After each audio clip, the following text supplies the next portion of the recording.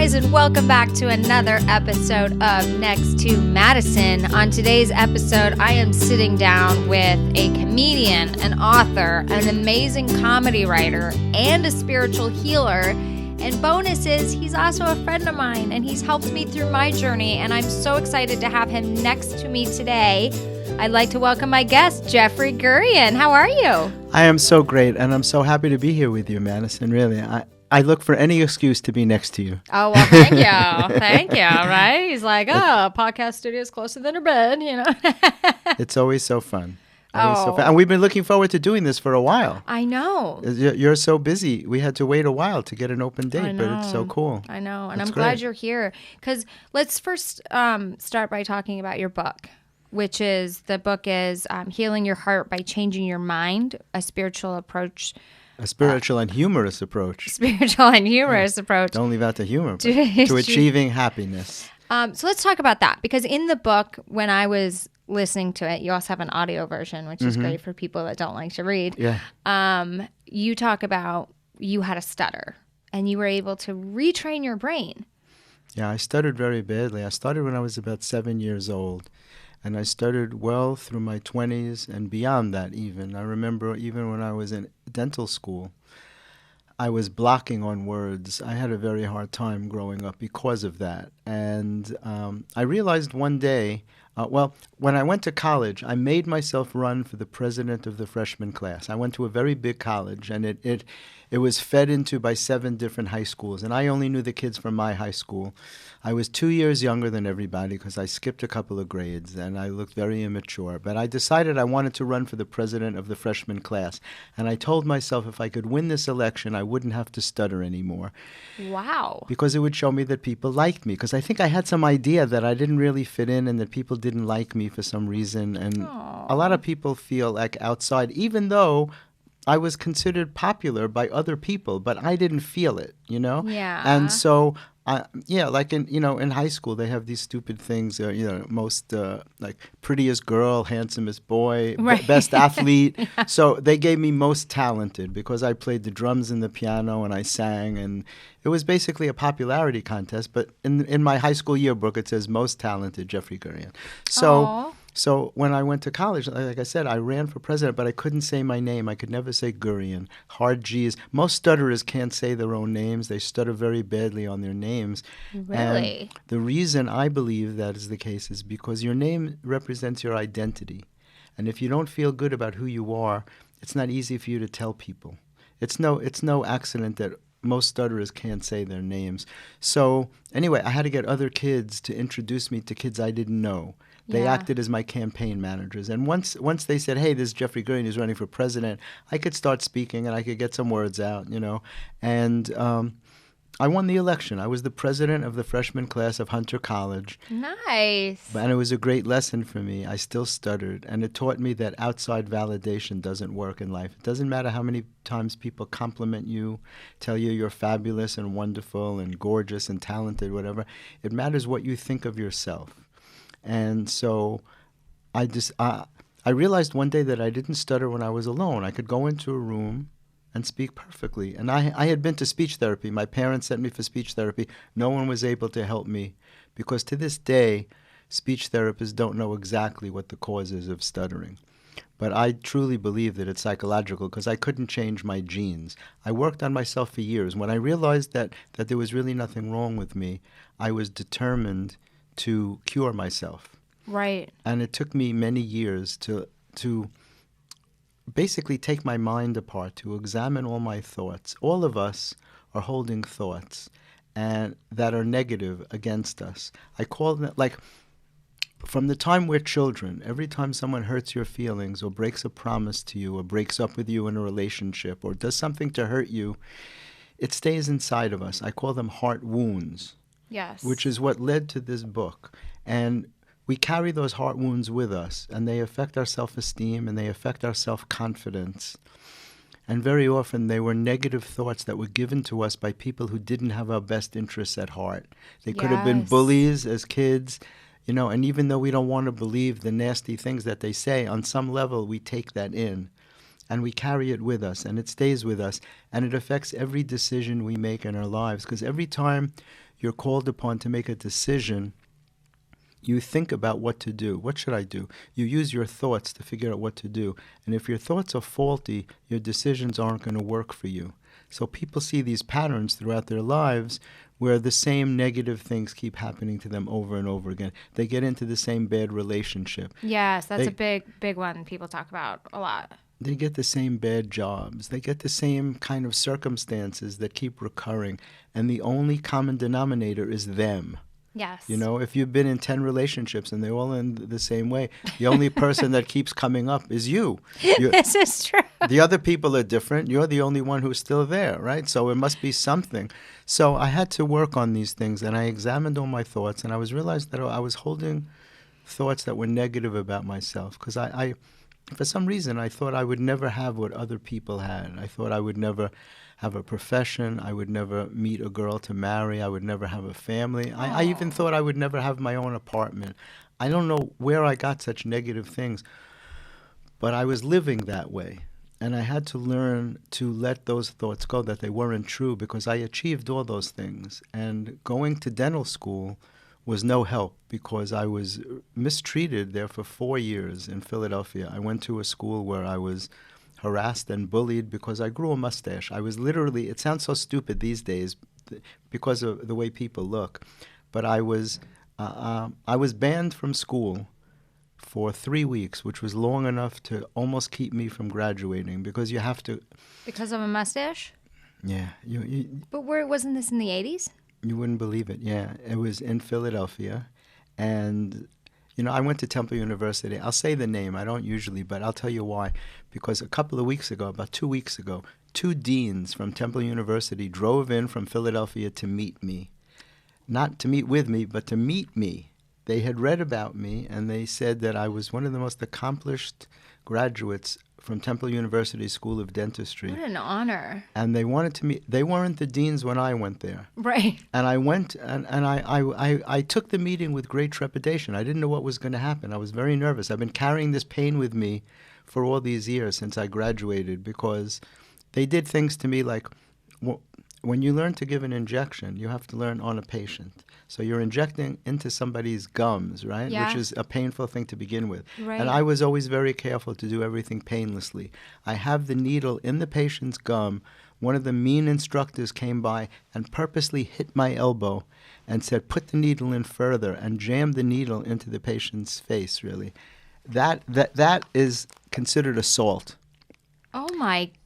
These days, that would be considered assault. So I took I took the meeting with these 2 deans, and I brought all this stuff with me, and I brought pictures of me in dental school to show them how I looked when I was banned from school, that I wasn't allowed to see patients for 3 weeks. They told me that I was a disgrace to the profession. Those are the words that they used.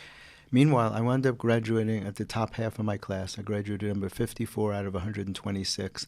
When I started telling these 2 deans this story, and they took me to a beautiful restaurant for brunch. They came in specifically to meet with me. They stopped me in the middle. I mentioned one of the instructors' names who was very mean to me, and the current dean said to me, yeah, he was a racist and an anti-Semite. And I said, thank you for saying that I didn't have to say it, because I always knew that was the case.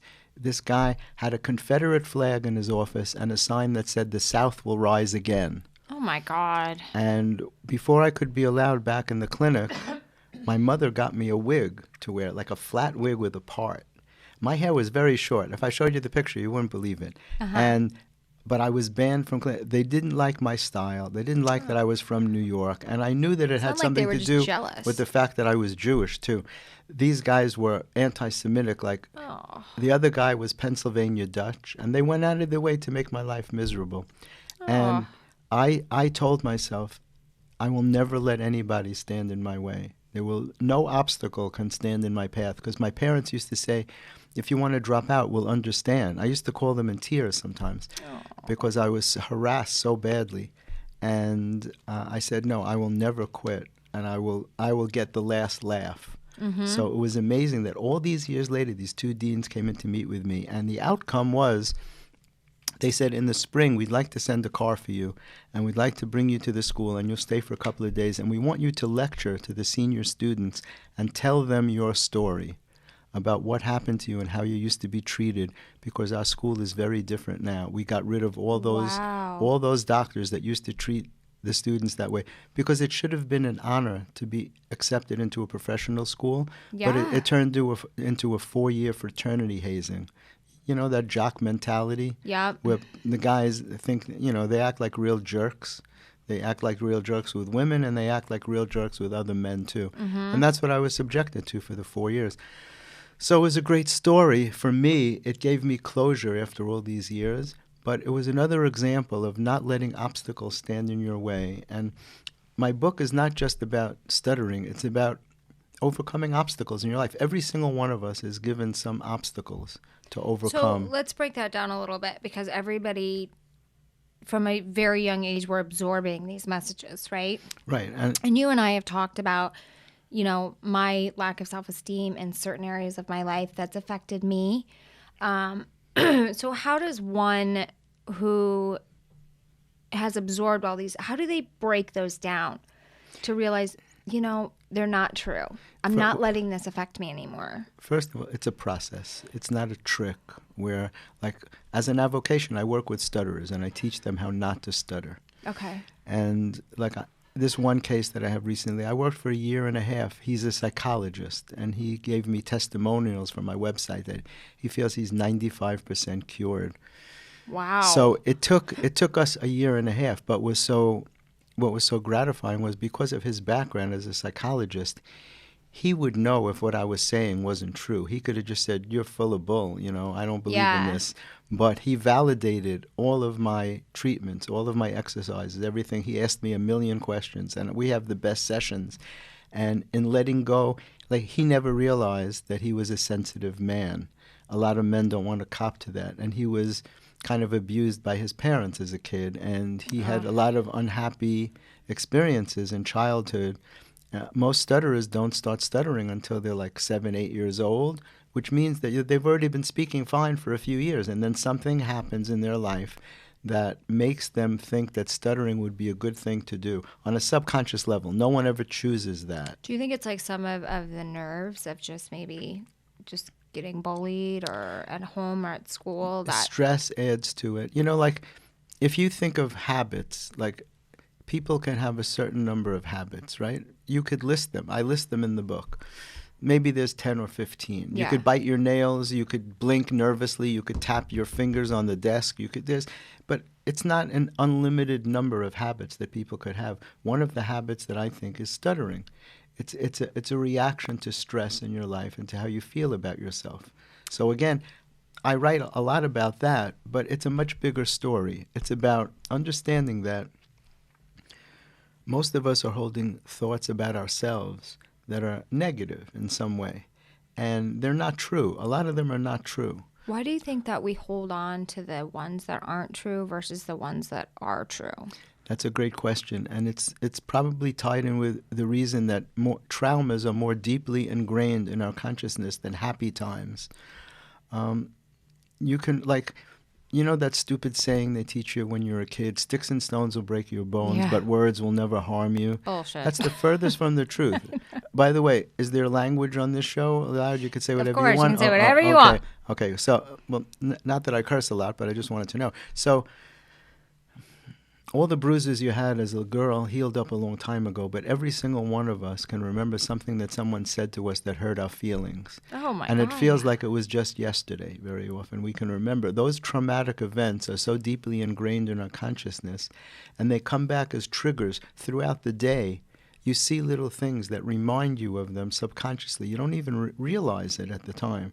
But with stutterers, they'll see something or a person that reminds them of something that gave them a bad memory, and it'll act as a trigger, and suddenly they won't be able to speak properly. But it happens with everybody with different things. The trigger can elicit sadness or depression. Right. You know, you can see something, you could wake up happy and all of a sudden you just feel sad. And a lot of it also has to do with our sensitivity, that people don't cop to being sensitive. They look at it as a weakness. And I'm an empath. I feel everything. Yeah. And as a child, it's very hard to handle that.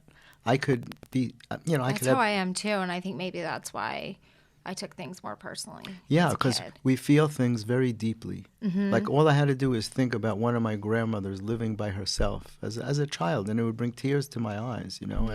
And I was like, there was a time in my life, if I was with you and you were sad, I was sadder for you than you were, because I overfelt my feelings. I'm like an Wow. antenna for feelings, and I'm a kid. I don't know that I'm an empath. I don't understand that that's supposed to be a strength, because it feels like a tremendous weakness. Right. And women are burdened with that much more than men. Women are gifted with an emotional, like, it's a gift where women are available to feel their feelings. Men tend to try to block their feelings because they're taught it's not cool to feel things, to be sensitive, right? And Right. again, it's a great strength. It's not a weakness. But women, it's the reason why more women have stress-related illness than men. When I was teaching at NYU, I did not know. Okay, so let's, so I was in the oral medicine, orofacial pain department, and my specialty was always taking away headaches, because in this country alone, more than 150 million people are problemed with what they think are migraine headaches that really come from clenching and grinding their teeth. It's something called bruxism, and it happens from stress. And the muscles of your jaw attach not only in the jaw, but they attach behind your head and down into your shoulder areas. So a lot of people wake up in the morning and their neck feels stiff and achy. They're moving around, their back hurts. That was me this morning. My Well, God. the last person in the world they would think to tell would be their dentist, right? Why would you ever tell your dentist that your neck hurts? True. It wouldn't occur to you, right? Maybe your jaw, but not your neck, right? Exactly. So most of the time it goes undiagnosed, because most physicians don't look for those symptoms, and unfortunately a lot of dentists don't know what to look for either. So one of the questions I always asked in my office was, do you wake up with neck pain or shoulder pain? Do you have pain in your ears, or ringing in the ears? There are a lot of symptoms that go along with clenching and grinding your teeth. Aside from the fact that it changes your look, the muscles in your face can enlarge. You know, Right, which is now they're doing that thing where they're shoving Botox in the Masseters, the muscles. Right, and the masseter muscles, yeah, exactly. It's like a new because, thing. I didn't know that they're doing that, but they've been thinking about doing stuff like that for a long time, because masseteric hypertrophy means that those muscles get bigger, the same way muscles do when you go to the gym and you lift weights. Yeah. If you overwork a muscle, it grows in size. Right. And so it can I'm feeling distort mine right somebody's now. appearance. Yeah. Well, if you look, I think Gwyneth Paltrow has it and Brad Pitt has it. Sometimes you'll see pictures of them and they have these big bulges in the side of their face. And they're probably clenching and grinding their teeth, because Yeah. fame is a heavy drug. So I actually had my masseter shot up. That sounded weird. Really? In July, because I went in for like some Botox in my forehead, and the woman that I sat down with, I'm going to give her a shout out, Nurse Gigi, she's the best. She said, you know, if you seem to have a lot of pressure right here, the Botox in this area will soften it, but it'll also help it'll be healthier for your teeth because you're not grinding as much. And I did it, and now I know it's worn off, so I can feel it growing. Yeah, like, see, and it but- hurts. So I'm but- like, I should get that again. You have to be careful. A woman like yourself, your skin is absolutely perfect. You have like a Oh, baby thank skin, like a child skin. Thank and, y'all. And there's a tendency for people to Compensate? no, not overcompensate, to pick on themselves. You see things about you that no one else in the world sees. Well, I I know see the things pain. about myself.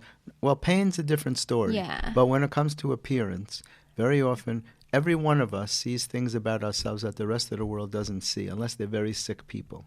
Because people don't look for detail the way we do in ourselves. And if you grow up being conscious of your appearance, like my mom made me very conscious of my appearance. So I always used to, like, I was the only kid in college with a neat army jacket. You know? Yeah. And I used to say to her, like, when I was little, she would always comb my hair a certain way, the pompadour. You know, I guess that's where I got that from. and dress me. And when I was like, why are you so concerned about that? And she said, because I want you to be perfect.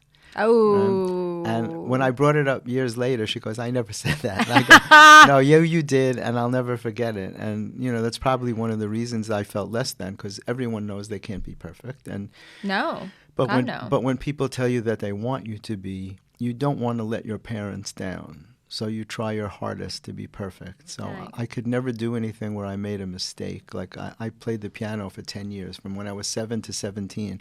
But if I made a mistake, I would stand up and walk away. I couldn't deal with it, And it's one of the things that kept me off stage for so many years, for not performing comedy. Yeah. Because, if you start comedy when you're in your 20s and nobody knows you, you have the freedom to bomb, and that's how you get better. Yes, that's Right? the key, is freedom to bomb, right? I think a lot of comedians hold themselves back, though, and I'm speaking for me as well, because I used to do this, that you're afraid of bombing more in front of your peers than you are in front of the audience. It's a scary thing to do, no matter what. But by the time I was ready to start performing, I had already written for too many famous people. So I felt like there was a lot of pressure on me. People just expected me to be funny on stage. And so many people said, why don't you go and perform? And I just didn't have the courage to do it. And I had to work through again. I had to let go of the negative thoughts. Again, what this book is about. So let's talk about more about that before we get into the comedy part. So it's important to understand that we tend to self-sabotage ourselves very often. There's part of us that doesn't feel that we deserve good things. So my subconscious mind gave me a stutter for several reasons, the way I look at it. First of all, because I was living with the thought that there was something wrong with me. Because when I was very young and they put me into speech therapy, I'm sitting there with other kids who were stuttering. So it gives you the message that there's something wrong with you. And a lot of them stuttered worse than me, and it made me stutter even worse. Right. Yeah. I remember in high school being called on, and I remember this to this day. I stood up by my desk, because in those days you had to stand up to answer a question. When the teacher asked you a question, you had to stand next to your desk. And literally nothing came out. I couldn't get one word out. And I just stood there silently, and I felt my body turning red from embarrassment. And I stood there until I just sat down. I couldn't say anything. When I was in college, I challenged myself. I learned to challenge my uncomfortability on a daily basis. So when I was in college, I signed up for a speech class, not a speech therapy class, a class where I had to give speeches. Okay. Because I was so afraid to do it. I don't even know how I found the courage, but I made myself do it. And the amazing thing was, when I got up to make the speech, I never stuttered. And the other kids would be like, how'd you do that? You just spoke fine. Right. And I think I became someone else. It's like an actor getting a script. I became a guy who didn't stutter in order to give that speech. I was so nervous, I thought I would die, though. But I actually stood up there several times during the term. I had to give a speech, and I did it. And again, it was a lesson.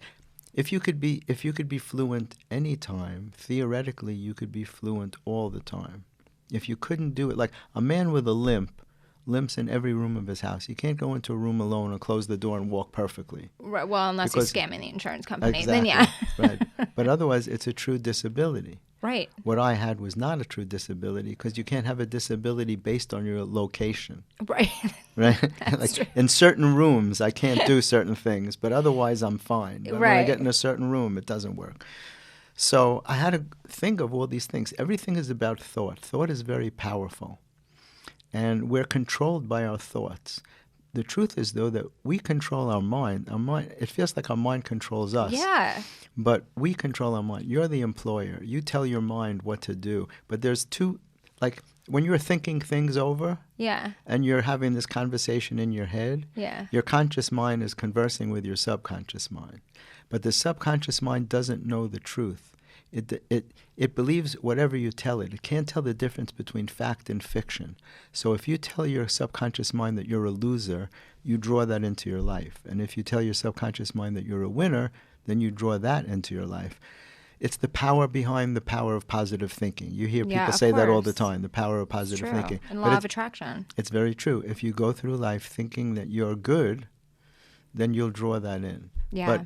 So my subconscious mind was my enemy, and I was in a battle with my subconscious mind to convince it that I no longer needed to stutter. And it took me years because it's a very slow process. You can't stop stuttering with a trick. They have these, like, if you look on the internet, they have these schools where you can go like for 3 weeks. You're not going to stop stuttering in 3 weeks. So invariably, people that I work with tell me they tried all these things and the stuttering came back, because you can't trick your mind into letting you stop doing something. You have to literally change your mind. That's the title of my book, is Healing Your Heart by Changing Your Mind, letting go of the pains by changing the way you think. And then it's a spiritual and humorous approach to achieving happiness. So what are a few of those things that you can talk about right now that are in the book of how to change your mind? Well, one of the important things is the spiritual aspect, and I always clarify that because spirituality has nothing to do with religion, and a lot of people confuse the two things. Mm-hmm.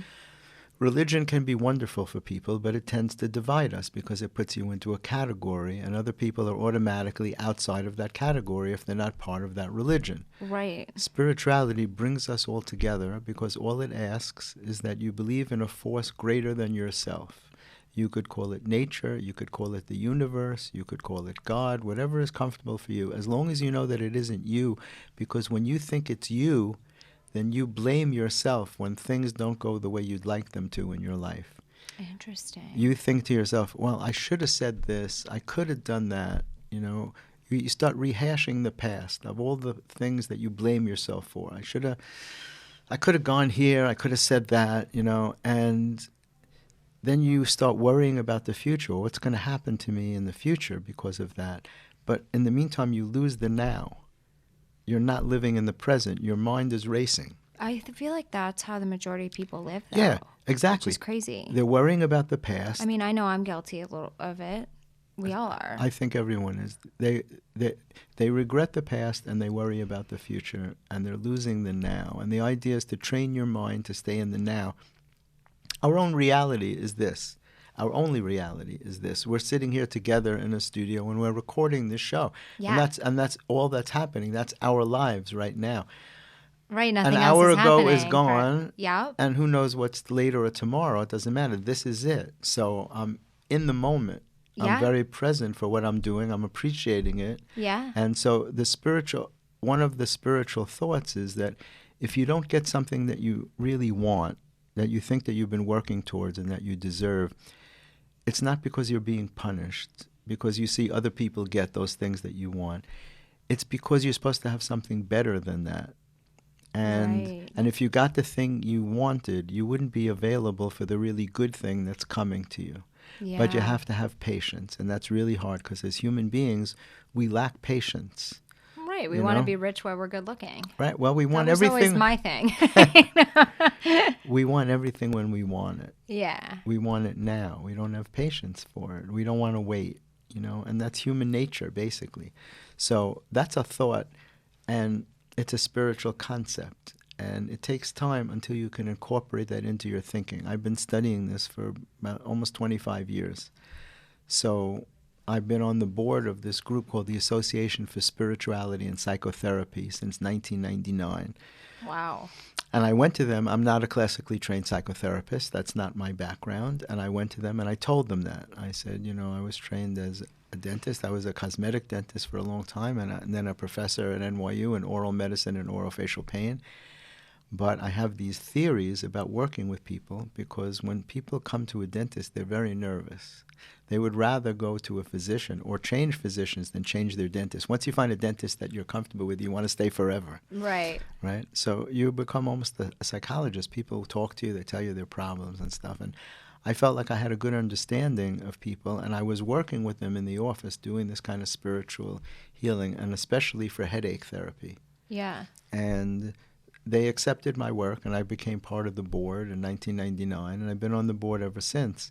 And Wow. so I get a chance to lecture at energy psychology conferences. I've been to talking about this to people in that field. So how do you stay in the now? They don't challenge me on it, by the way. They accept what I'm saying. Right. I had a psychotherapist who flew in from L.A. who became a patient of mine, and She was an empath, and she was overwhelmed. She herself was suffering with depression because she never learned how to protect her heart. And through so many years of working with people in pain, in psychological and emotional pain, she absorbed all that. And she herself became severely depressed. Ugh.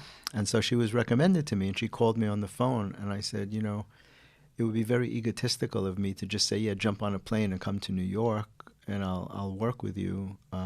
I said, but after I spoke to her for a while, I felt that I could help her. So I said, if you're willing to come all this way to New York, I will see you every single day for a week. Some of the visits are going to be 4 hours long. Sometimes I'll stay that long with people, 4 or 5 hours, because regular therapy sessions are like 40 minutes. You can't really establish trust with anybody in 40 minutes. No. I don't care who you are.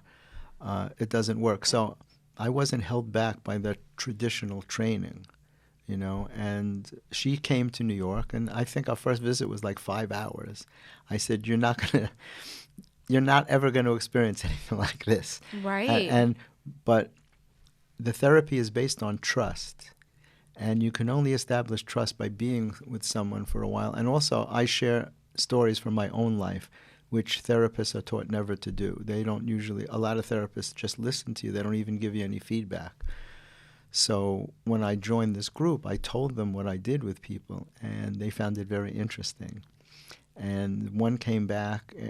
I lectured to them on my technique, and one of them came back and said, you know, I have to tell you this story. I was working with a woman, and she was hysterical crying, and I couldn't help it. I put my hand on her shoulder, and the next week she came back, and she thanked me so much because that helped her so much by me just touching her.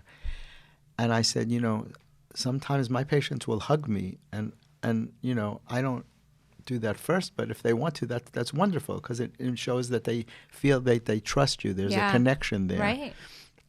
And how can you not touch somebody? When I went to dental school, they were so messed up. They said, never shake hands with a patient. I'm like, what, are you kidding me? I shake hands with every patient. Right. I would always greet them, because touch conveys trust, and it conveys safety. Yep.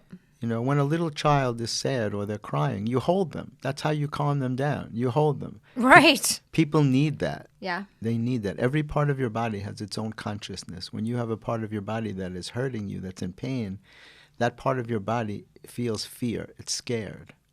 So when you do healing work and you hold, you touch, it conveys safety, and it allows the person to feel better.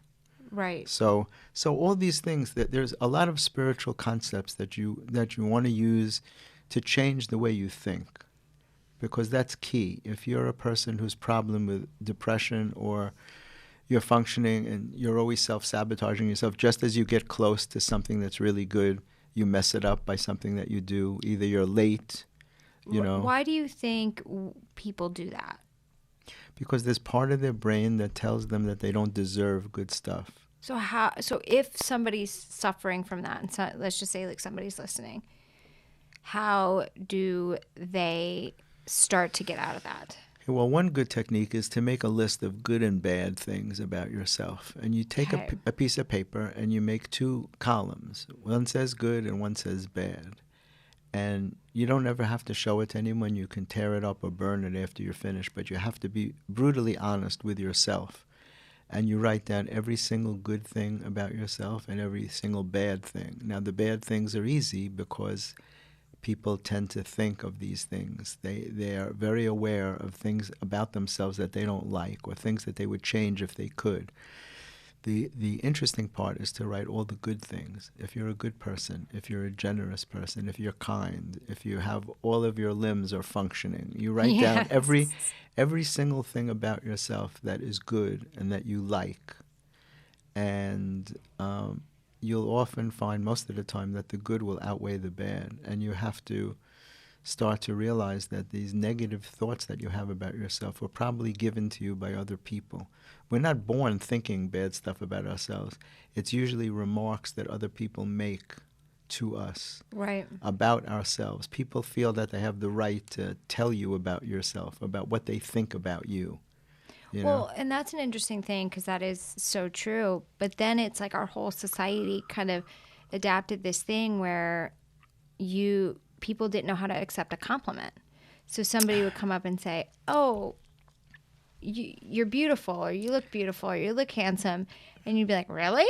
And, well, that's part I of the didn't problem. even shower today. Exactly, right. Instead of saying thank you, they try to make an excuse for it. They can't accept the compliment. You say, "Oh, that's a great dress," and you go, "This thing, I just bought it for $3." And Yeah, right. It's the Yeah. price of an item thing. Yeah. and it's like, no one asked about that. You're just supposed to say thank you, whether you believe it or not. Most people are not lying when they give you a compliment. They want to say something nice to you because it's true. Unless you're trapped in an elevator and you make contact. That's the one time people lie, because I've done it. Yeah, well, I've done it. No, that's very possible. But most of the time, like, it's important to be able to accept a compliment, Of course. and to feel it and to believe it. And look, it doesn't, I've been doing this work for so many years, and very often I'll still feel strange, and I'll feel a sense of aloneness. There's a thing where you could be in a room full of 1,000 people that are there in your honor, and there's one person there that makes you uncomfortable, that you think doesn't like you, and then but 999 people do, but you'll be dwelling on the one person who doesn't. Why do we do that? Everybody does that, and I hate it. Yeah, well, because I do it too. It's tied in with the same thing, the feelings of aloneness and separateness, and the feeling that we don't really fit in, and that on some level that we're not likable. Or with a lot of girls or guys, they'll focus on the one guy or girl that doesn't like them versus right, and try to make all them the other like ones them. that want to date them. Right, exactly. Yeah. Why do we do this? On some cases, to prove to ourselves that everyone likes us. We want everyone to like us. Of course. We want to be undeniable, and it's not the case. It can't be. No matter who somebody is. Like, you read it in the paper. You see these gorgeous actresses. Somebody breaks up with them. No matter how beautiful you are, there's always a guy who's tired of being with you. Yes, and it's the exactly. same. And it's the same for guys who are like so handsome or built like Greek gods. Not all girls want that. Guys think, oh, he must get every girl in the world, but no, I see there's a a guy lot of that's girls too good looking, and I'm like, ooh, no. And I get there's a scared. lot of girls who don't want that, and some people try to take credit for their genetics. You can't take credit for your genetics. It's the roll of the dice. You get what you get. This is true. Some people act like very conceited, and that's obnoxious. Oh, it's yeah. There's a lot of beautiful girls who you don't even want to spend time with them because it's obvious that they're taking credit for their genetics. They think they did it. Right? This is so true. They think they did it. They made themselves so beautiful, and but yet they don't develop any other part of This is the funniest shit I've ever heard. But they don't develop any other part of their personality, so they're so shallow. All they have is looks. Do you know what people call those today? Pardon me? Do you know what the term for that is? No. Instagram girlfriend. Oh, well. I don't want an Instagram girlfriend. Just shows up and looks good. Yeah, it makes sense. I have so many girls they're just holding their phone up all the time from every angle. It's like obnoxious. It's crazy. I know. I was with a girl like that. I've done it though recently, and not everybody does it because we're all sick with technology. That the tech companies figured out that we're all a little bit OCD. Yeah. Everybody's on their phone. The whole world is looking down. People are banging into each other. You know that I saved a girl's life and she never even turned around. A strange girl. So listen to this. I'm crossing the street and everybody's waiting for traffic to stop. And this girl's on her phone and she's looking down and she doesn't see. And she steps off the curb and a car's coming at her. She didn't have the light. She just stepped off the curb. So I had to make a choice, and it's very awkward to grab somebody that you don't know. But yes, I couldn't let it happen. I grabbed her shoulder, and I pulled her back on the curb. Do you know that she never looked around to see who did it? She never got off the call. She never. What an idiot! How can someone grab you and you don't even look? I didn't even care that she didn't say thank you, but she didn't even care to look to see who it was, as if she's so used to being grabbed by strangers. I literally pulled her back onto the sidewalk, and she never even looked to see who it was or anything like that. That's how sick people are. Oh my gosh. They're so stuck on their phones. And I'm surprised there's not more deaths. Like, those buses come very close. There's so many that you don't read about. Like, recently there was an article in the paper. People have walked off cliffs trying to get the best Instagram picture. They've gosh, I know. fallen off buildings. A lot of people have been it's like killed. you don't want to laugh, but you're like, what? No, it's crazy. It's crazy because people, for that little amount of pleasure, look, it happens with food too. Like, I have an addiction to chocolate, and I can still tell myself that I can buy a 2-pack of cupcakes and eat one today and the next one tomorrow. Yeah. And while I'm eating the first one, I'm already thinking about the second one, right? And Yep. I wrap the second one up and I put it away and I go to my desk to work. And I can't get that cupcake off my mind, right? And I go in to the kitchen and I slice off a piece. And then I wrap the rest of it up. I eat that slice and I go back to try to work and I can't. And I keep going back and forth, slicing, until at the last piece I'm like, fuck it, I'm just going to eat the whole thing. And I eat it. But the interesting thing is I don't have to leave the house to buy more. It seems that I just need to finish whatever's there. Like, I need to know. And people do that with drugs and alcohol, and that's how they OD, because you can't stop. There's something called the phenomenon of craving. I happen to work with a lot of people in 12-step programs, and those are very spiritual programs. And the interesting thing about it is that when people are addicted, they don't realize that once you take a little bit of a substance that you're addicted to, it sets off this phenomenon of craving where you literally lose the choice. You can't stop after that. And that's why some people drink around the clock. They literally drink around the clock. They have to wake up every couple of hours to have a drink, and that's how people OD. And that's why when people are sober, like if a person is sober for 20 years, all it means is that they're really thirsty. And if they take a drink after 20 years, the chances are that something bad's going to happen to them. That they're gonna, because they won't be able to stop, because that thirst has been building up for 20 years. And it's the same thing with heroin or other drugs. Away.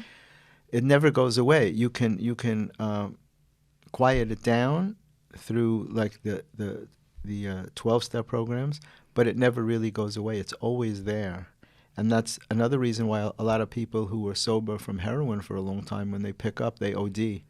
Because they shoot their old dose and their body's not used to it and it can't handle it. And they immediately, it sets off that phenomenon of craving. That's a real thing. I didn't make up that term. Right. The phenomenon of craving is real. And when you have it, you can't stand up to it. Nobody's strong enough. That's why these spiritual programs are so powerful. You know, they have them for food and for pills and for cocaine and anything that a person is addicted to. We live in a very addictive society. People are looking to feel happy. Like that's another reason. gratification. Right. And that's another reason that I wrote that book, because people are searching for happiness. That's all they want. All around the world, if you ask anybody what they want out of life, most people will just say, I just want to be happy. Yeah. But that means different things to different people. What does happiness mean to you?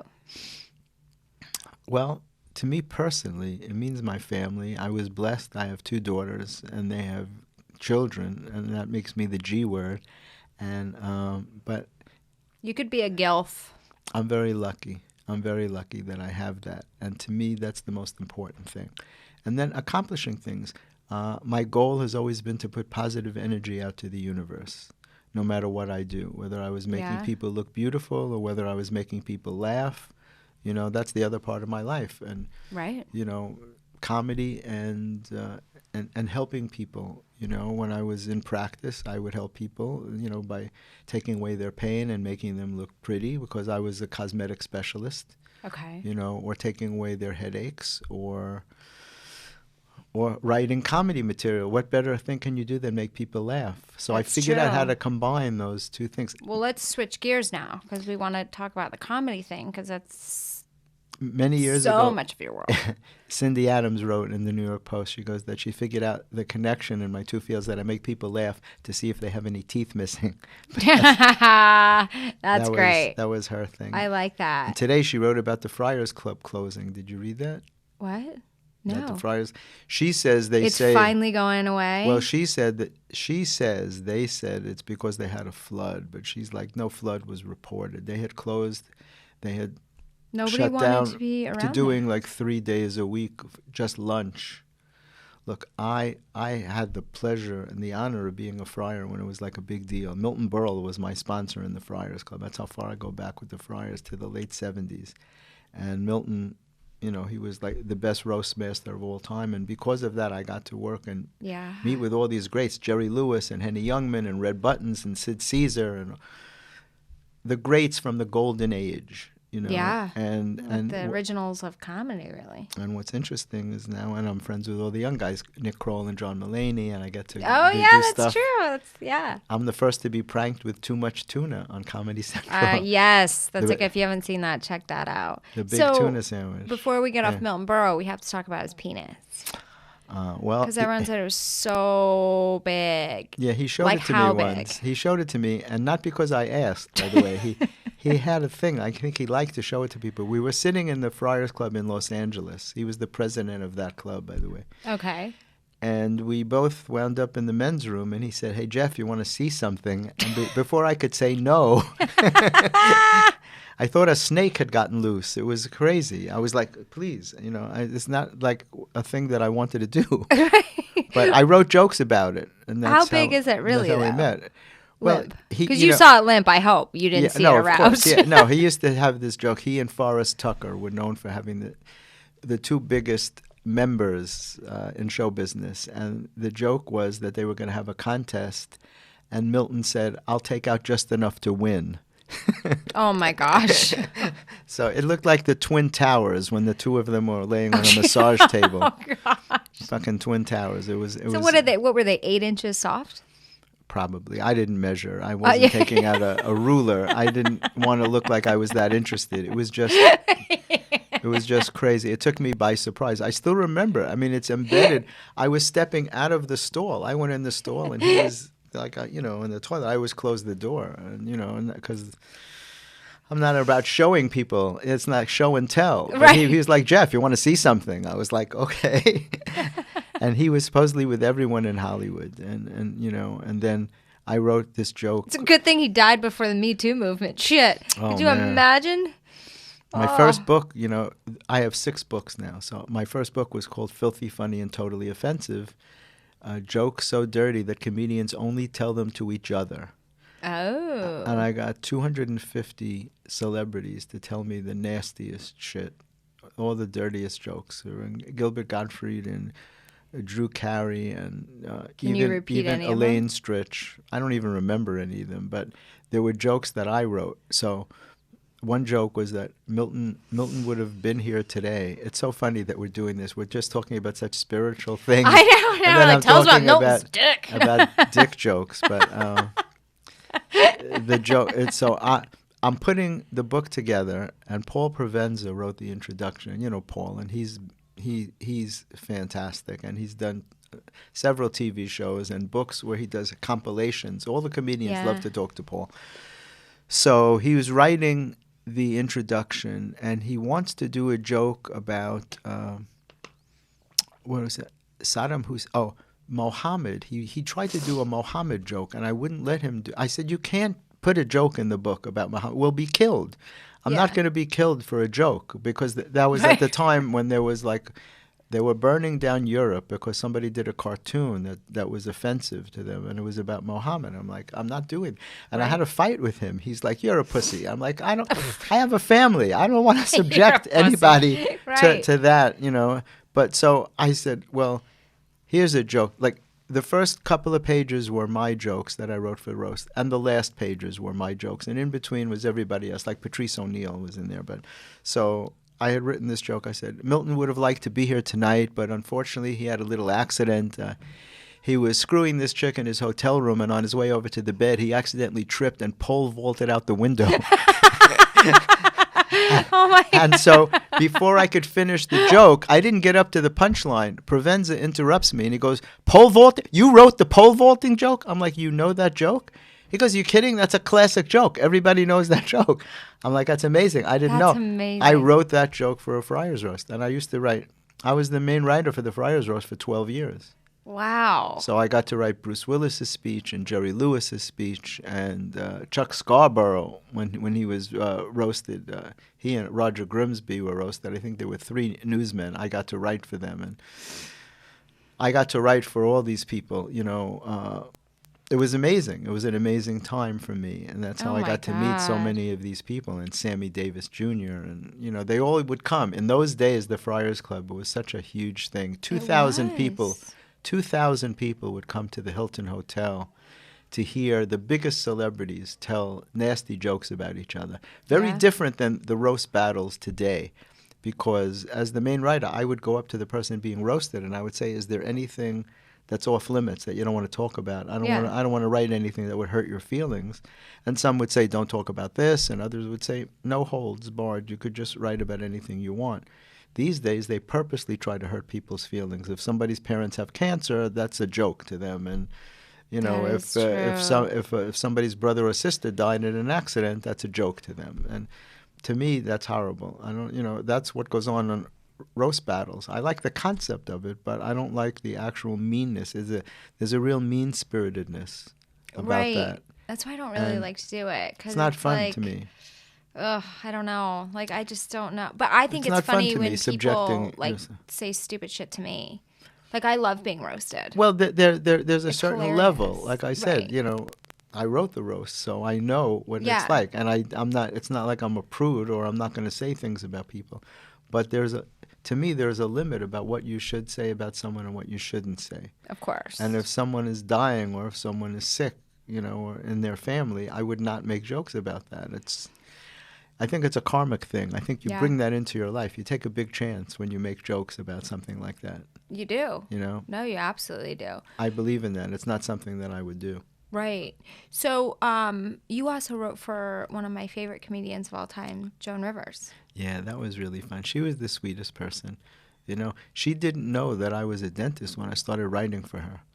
And it was so funny because we met at the Friars Club, and I think she had known that I was writing jokes for other people. And then her manager reached out to me and said, Joan would like to meet with you. And I said, great. So Joan invited me to come to her home. And, a lot of writers are not treated with great respect. So I thought, if a big star like her invites me to come to her home, maybe she knows that I'm a doctor. So she's gonna give me extra respect. So I show up at her townhouse. She had this amazing townhouse. I think it was on 61st Street. And I show up, and the doorman rings her, and he says, you'll have to wait a few minutes because she sprained her ankle and she's in a lot of pain. And I thought to myself, wow, what a great opportunity. I can write her a prescription for painkillers. Right. What comedy writer can write a prescription for painkillers, No right? kidding. Legitimately, I said, and she'll love me, and then she'll hire me, right? Yeah. So I'm sitting there waiting, and finally he says, you can go up. And then I go up, and there's other people there, and she starts introducing me to people. And she says, this is Mr. Gurian. And I realize, so she doesn't know what I do. So I don't say a word. Because nobody hires you in show business because you're a dentist. They hire you in spite of it. It's not exactly a prerequisite to write comedy to be a dentist. You don't have to go to dental school first, right? You could just go right into comedy. So we got along famously, and I had a contract. As a matter of fact, Rory Rosegarten handled it for me. Rory Rosegarten, who handles Ray Romano all these years, and Robert Klein. And, he has his company is the Conversation Company. And I saw him last night, as a matter of fact. He was at the Patrice O'Neill benefit at the after party also. Okay. And so I just lost my train of thought. She introduced you to all these people, and she said Mr. Gurian. She didn't know who you were. And she didn't know who I was. So he handled the contracts, and I was writing for her. And we had so much fun. And I would go to her house, and I'd meet her at the studio, and we'd ride in the car. And I couldn't believe it. I'm hanging out with Joan Rivers. And then Did you ever sleep with her? No. But I had a crush on her. Okay. Did you ever try I always to thought sleep she with was her? so pretty. No, I didn't have the courage to say it. And, I was at her funeral, and I told that to some people, and they said, you should have told her. Yeah. But I didn't want to confuse things. I don't know. I always thought she was so pretty. I liked her plastic surgery. I liked the way she looked. She's just so funny. She was beautiful. Oh, When I knew her, this was a while ago, so she was a lot younger, and I just thought she was great. But anyway, so I would write her jokes, and we just got along famously. And there was a point that I wanted to make. I don't know. I keep losing my train of thought. But, so after a few months, she called me one morning at my office from Las Vegas. There was a lot about me on TV at the time. A lot of the news stations were doing stories about me with my two careers, and then writing for big stars. So her assistant must have seen something about me on TV. So she calls me up And my nurse had strict instructions, never interrupt me when I'm with a patient except for show business. So she would come in and she'd be like, Dr. Berle is on the phone, Dr. Lewis is calling, Dr. Rivers. The only one nobody believed was Dr. Dangerfield. Nobody ever believed that.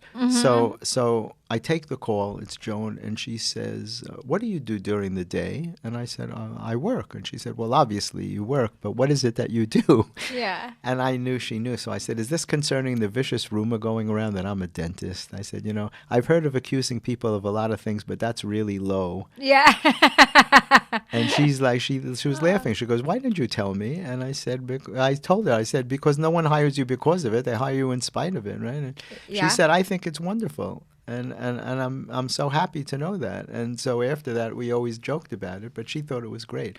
So shortly before she left us, the last time I saw her, it was up at Sirius XM. And I had been a regular on the Bennington show for 2 years on Sirius XM, and I brought on a lot of big celebrity guests. And so she was in the green room, and they held me like a surprise. They knew of our relationship, and she was up there promoting her newest book, which was called Diary of a Mad Diva. Okay. I read that one, yeah. You did. And I had my newest book at the time, which I think could have been Make 'em Laugh. It was about the history of the comic strip. Okay. And I had it with me, and the producer brought me in to surprise her. And she gave me a big hug. 'Cause I had seen her previously at the Just for Laughs festival, and they weren't letting anybody in. But when she saw that it was me, she ran over and she gave me this big hug, and everyone was shocked. They're like, who's this? And she was wearing this white feather dress. So at Sirius XM, the same thing. They brought me back to see her, and we exchanged big hugs.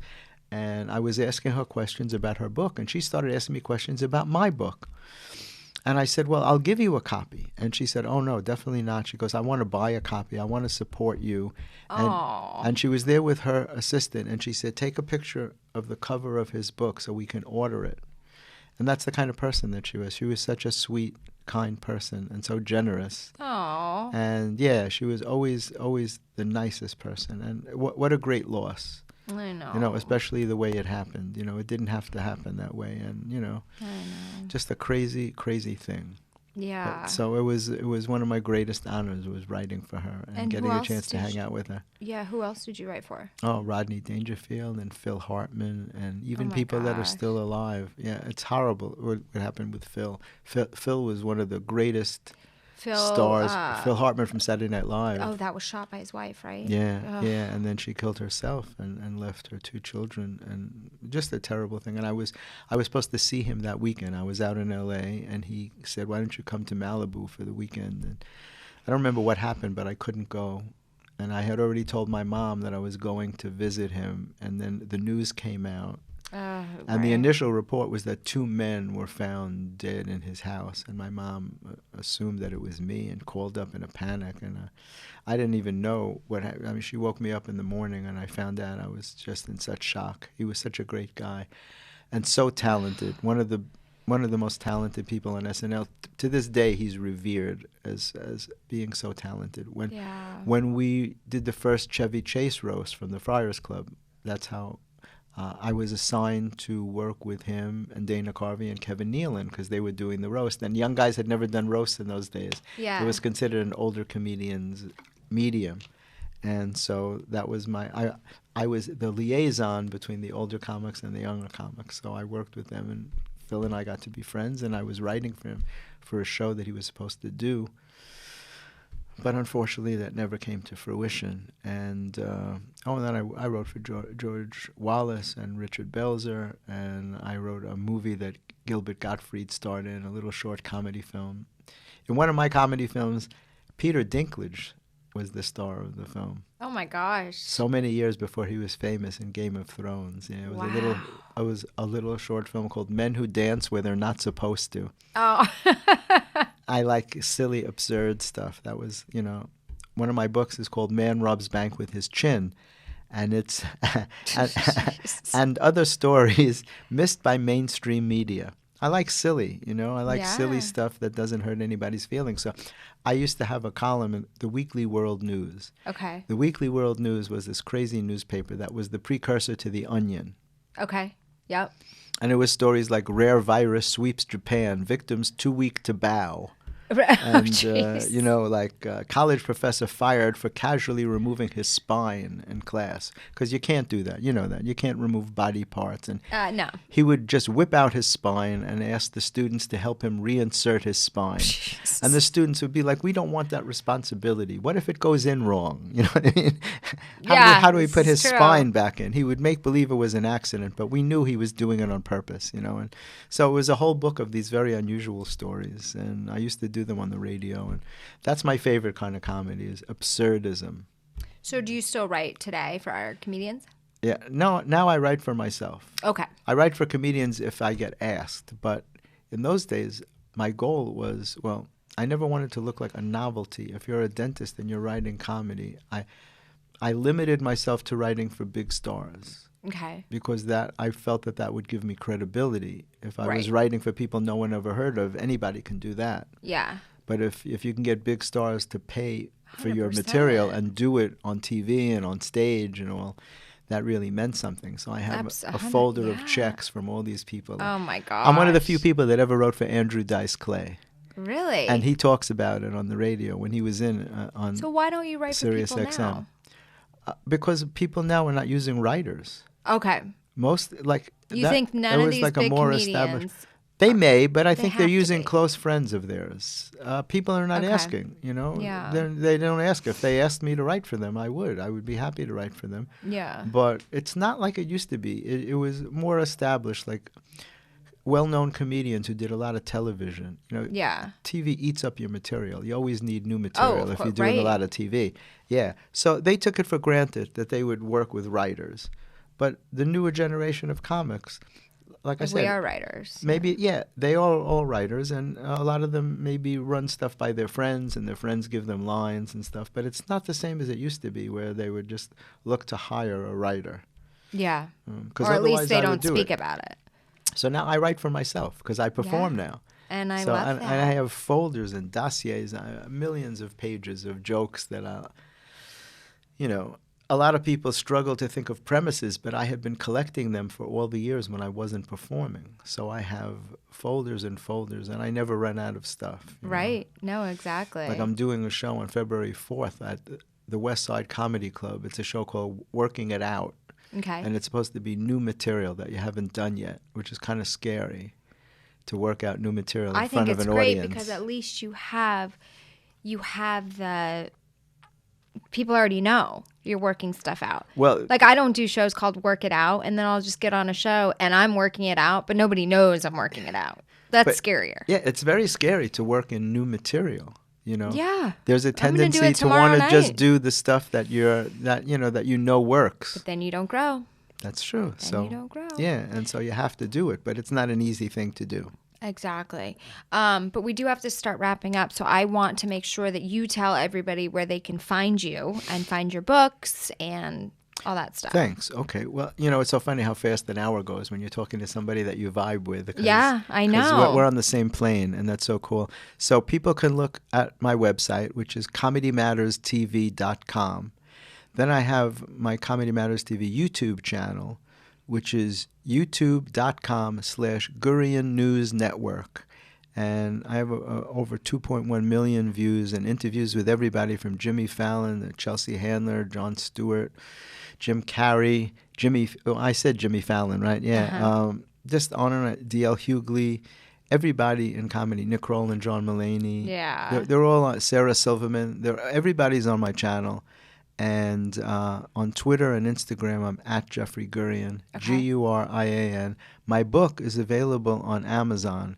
The new one is the one that I'm interested in talking about. And it's available as an ebook, as a paperback, and as an audiobook. Yes. And again, it's called Healing Your Heart by Changing Your Mind, a spiritual and humorous approach to achieving happiness. And if you see the cover, it's got a picture of a meditating dog in lotus position, which seems to be resonating with people. But on the back, I have reviews from psychologists and psychiatrists and people in recovery who gave me like amazing reviews about the validity of the book and how much it's helped people. So right now I have 111 mostly 5-star reviews. That's fantastic. Yeah, it's been a bestseller. It fluctuates, but it's been a bestseller for quite a while now. Because I know when I did the audiobook, and what I loved about it, because it's a self-help book, was that I could turn it on, walk to where I was going, and then stop it, and then turn it right back on. And so it was like you were absorbing all this positivity,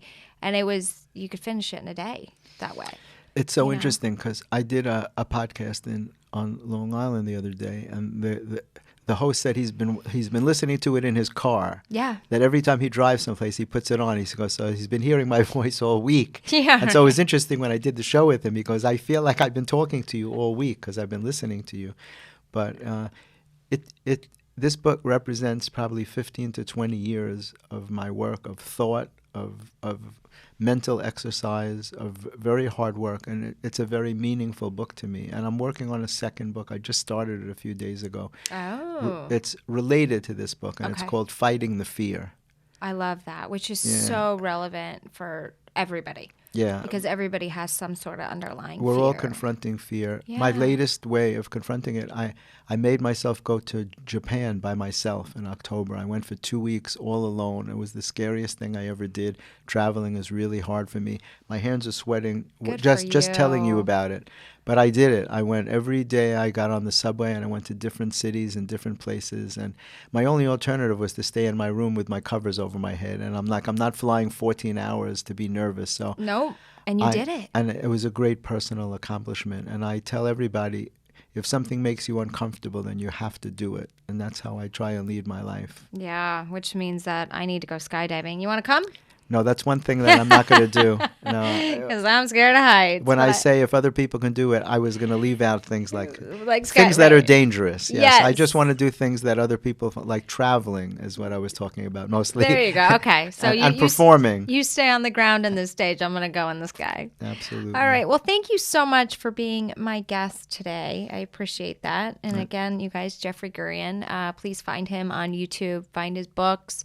Go to you have on your website. Does it have your show schedule? Now, yes. How am I stuttering all of a sudden? Schedule. My schedule is on Facebook. So if you find me, it's facebook.com/Jeffrey Gurian, and I have a fan page. I'm all over. All you have to do is Google my name. You'll see more than you want to see. And if you guys are listening to this on audio, you have to go to the Next to Madison YouTube page, because if you have not seen this guy, he has the best hair ever. So if you're listening to it, please go to our YouTube page and make sure you look at his hair, because it's amazing. Thank you so much, Madison. It was so great to be on with you. It was definitely worth waiting for. Oh, I love it. Yeah, okay, definitely it was worth waiting for sure. All right, you guys, and thank you so much for listening to another episode of Next to Madison. We will see you guys next time to find out who's next. Hi, your host, Madison Malloy here. I just wanted to remind you guys to please follow the show on social media at Next to Madison. And if you have any questions or suggestions for the show, or you feel that you would be a great guest on the show and would love to be considered, please feel free to email me at nexttomadison@gmail.com. Don't forget to subscribe to the show on all podcast platforms. And I thank you again for listening.